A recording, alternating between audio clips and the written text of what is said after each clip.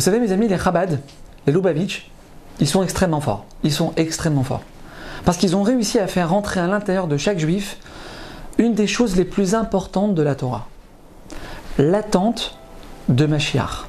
L'attente de la Géoula. Et ça mes amis, c'est extraordinaire. Parce qu'on a tous l'obligation, chaque juif sur terre, quel que soit notre niveau, on a tous l'obligation de croire et d'espérer la venue de Mashiach chaque jour.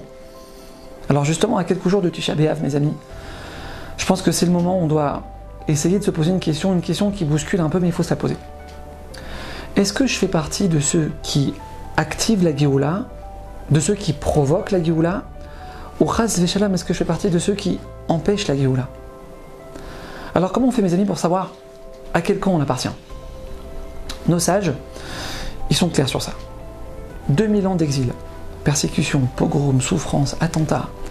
Une seule raison. Mes amis, une seule raison. On n'arrive pas à s'aimer. On n'arrive pas à s'unir. On n'arrive pas à se pardonner. Mes amis, la haine, les disputes, les histoires qu'il y a entre nous, nos sages ils nous disent c'est la raison principale et essentielle de toutes les catastrophes qu'on vit depuis 2000 ans. Ma belle-mère et moi, c'est fini. J'ai fini avec elle, c'est terminé. Mon mari, il peut aller la voir. Moi, c'est sa mère, il peut aller la voir. Mais moi, j'ai fini avec elle. Mon associé, après ce qu'il m'a fait, mais c'est terminé. Mais je veux plus entendre parler de lui, mais à vie, c'est fini.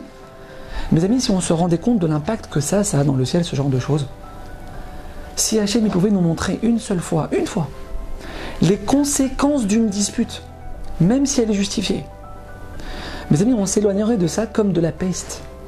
On s'éloignerait de ça comme si c'était la pire chose sur Terre. Je reçois un message sur WhatsApp il y a quelques mois. Je reçois un message vocal, avec en bas du message vocal 2 captures d'écran.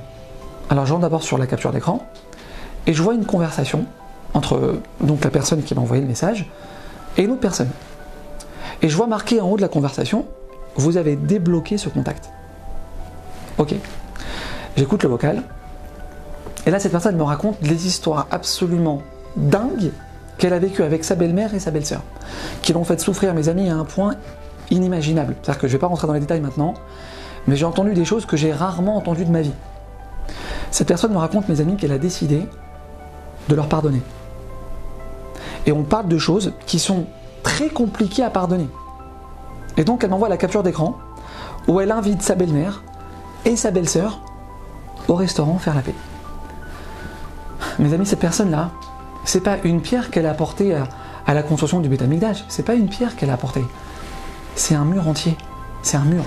C'est-à-dire que j'ai aucune raison de te parler. Et j'ai aucune raison de continuer d'être en contact avec toi, d'être en relation avec toi.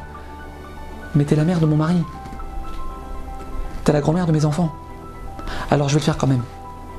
Mes amis, au-delà de la bénédiction phénoménale, et de la protection divine incommensurable que cette personne elle fait rentrer dans sa vie, cette personne-là, elle a joué un rôle dans la Géoula. Mashiach, il va lui mettre une couronne sur la tête quand il va la voir. Mais toi, tu m'as aidé à venir. Mes amis, Hachem, il a besoin de gens comme ça aujourd'hui. Le Ham Israël a besoin de gens comme ça aujourd'hui. Alors essayons, Bezrat Hachem, de faire partie de ceux qui vont reconstruire le Beit Amikdash, de faire partie de ceux qui vont activer la Géoula. À bientôt.